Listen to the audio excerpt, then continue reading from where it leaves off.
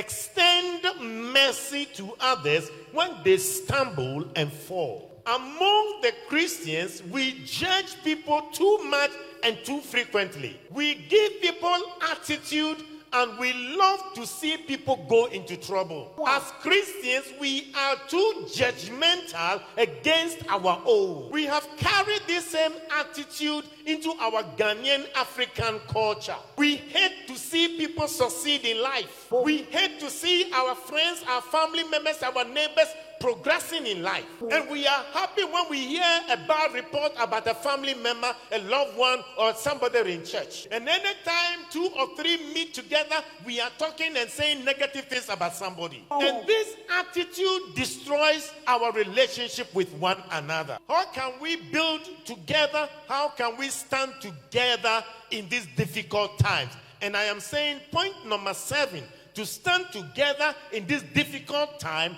extend forgiveness, extend mercy to those who stumble and fall. Every human being has the tendency to stumble and fall. If you think it's not possible, go ask Adam and Eve. Even in their perfect state, they stumbled. Today you are strong. Tomorrow you can't predict what will happen. Therefore, if your neighbor stumbles, don't be too judgmental. Extend mercy, extend forgiveness, extend grace. Tomorrow or today it is him, today it is her. But whatever may happen, tomorrow it could be you. So show mercy. Tell somebody, show mercy. We do that in our culture. And even to the extent that governments in Africa and our governments in Africa do the same to their citizens. When a party comes into government, then the rest of the non-party members don't matter to government. You will hear sometimes party leaders telling their foot soldiers that when we come to power, we will not forget you. When we come to power,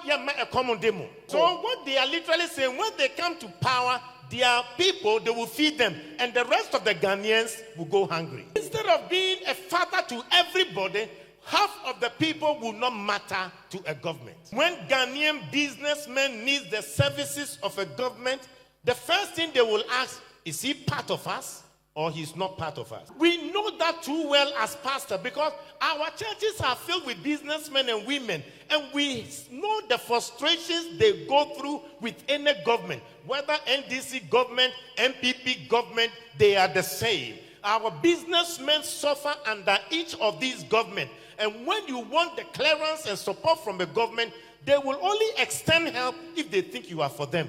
This is a spirit that will not put Ghana grow or will not make our country become better and developed. You see, recently I saw a letter that allegedly came from the NDC that they said their people should make it difficult for NPP government and to make NPP unpopular so that they can have opportunity to come.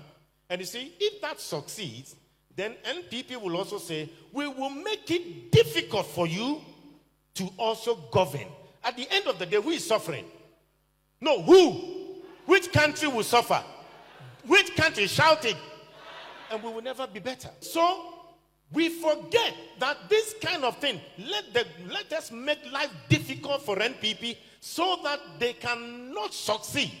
And then we can also come into power. When you also come into power, they will also do the same. Forgetting that at the end of the day, it is our country that would sink. That is why we should find a better way of helping our country move forward. If Ghana succeeds under NPP, everybody will succeed under that government. If Ghana prospers under NPP, everybody prospers. If Ghana prospers under NDC, everybody prospers. So this idea of I want you to fail so that you can succeed can't help us as a people. I pray that perhaps we may have a neutral group of people who can move our country forward and then allow NDC and MPP to sleep small. 30 years, we have tried the two of them. So I pray a new group will arise. Can I hear some amen, somebody?